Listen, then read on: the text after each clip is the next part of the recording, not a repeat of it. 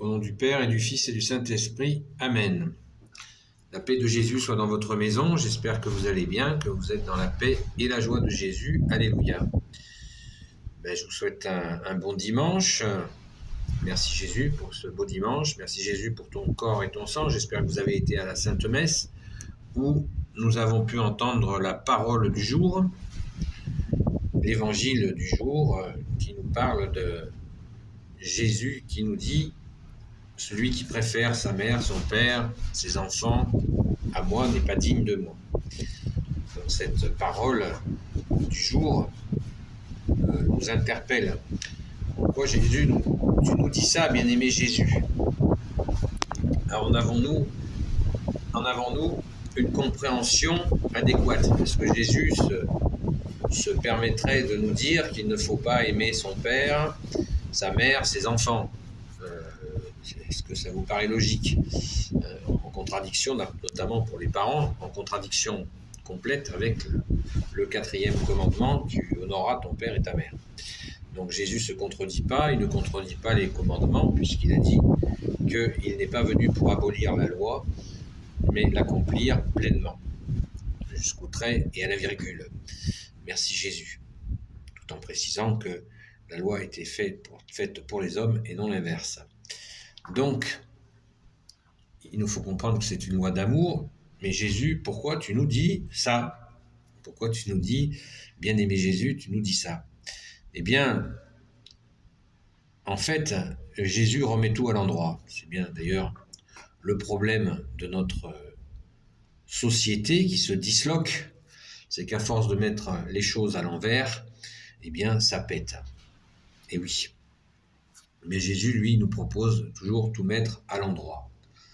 La création, je ne sais pas si vous avez croisé un arbre avec les feuilles plantées dans le sol et les racines en l'air, ça n'existe pas. Et bien, de la même manière, il y a ce que l'on appelle la loi naturelle, c'est-à-dire des choses qu'on ne peut pas changer. Nous avons été créés ainsi, un homme est un homme, une femme est une femme, etc., etc. Les enfants ont leur place et ils ne prennent pas la place des parents, etc., etc.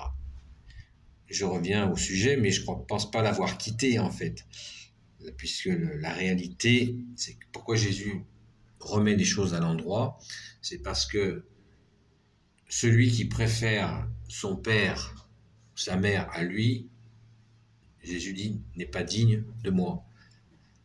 Ça veut dire quoi? C'est-à-dire quand Jésus est Dieu, sa nature est divine.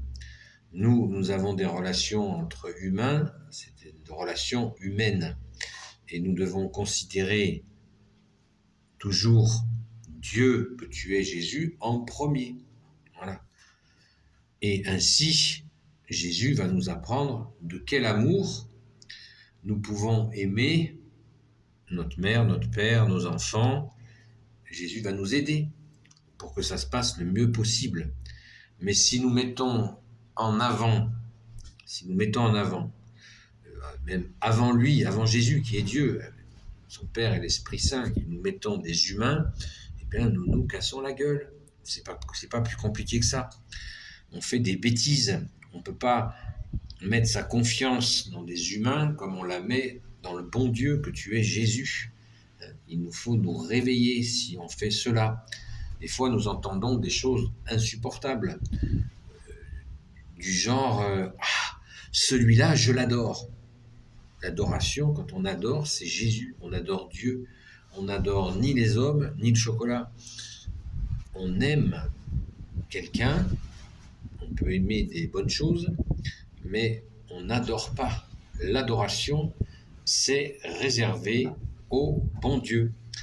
Donc ainsi, en remettant les choses, ces relations, en mettant en premier, puisque le premier Jésus nous a donné 2 commandements, donc 2 commandements supérieurs, qui sont, premier commandement, tu aimeras ton Dieu de toutes tes forces, de toute ton intelligence, de toute ta volonté, et 2e commandement, aimez-vous les uns les autres. C'est les 2 commandements supérieurs que nous a donné Jésus, et il nous faut le mettre en pratique.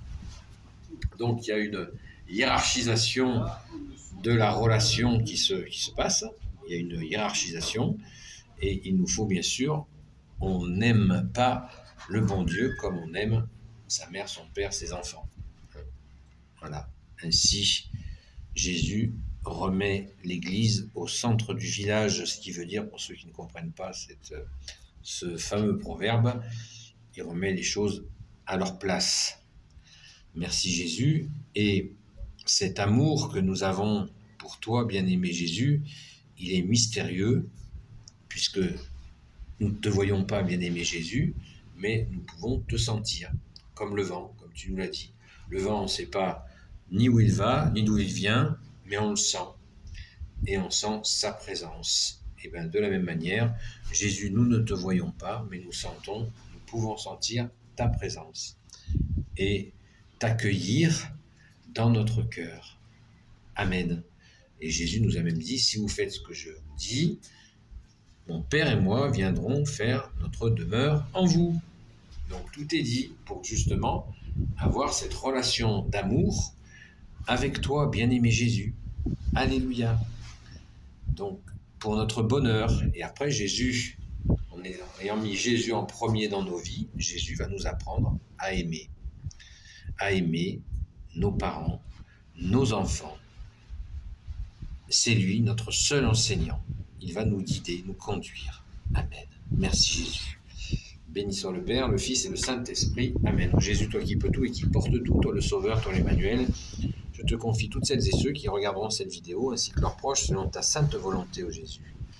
Sainte Marie, Reine des cieux, toi l'Immaculée Conception, toi notre Mère, Notre-Dame, Saint Joseph, toi le juste et le saint, toi le sage, toi la terreur des démons, toi le saint gardien de la Sainte Église catholique et apostolique, Sainte Marie-Madeleine, notre chère Sainte Patronne, et vous tous les saints et saintes amis de Jésus, Saint Michel Archange qui est comme Dieu, Saint Gabriel Archange, Saint Raphaël Archange et tes anges guérisseurs, et vous tous les anges qui servez Jésus, je vous confie toutes celles et ceux qui regarderont cette vidéo, ainsi que leurs proches, selon ta sainte volonté, ô Jésus. La paix de Jésus soit dans votre maison, et je vous dis à très vite. Merci Sainte Marie-Madeleine de nous apprendre à aimer Jésus et à le placer en premier.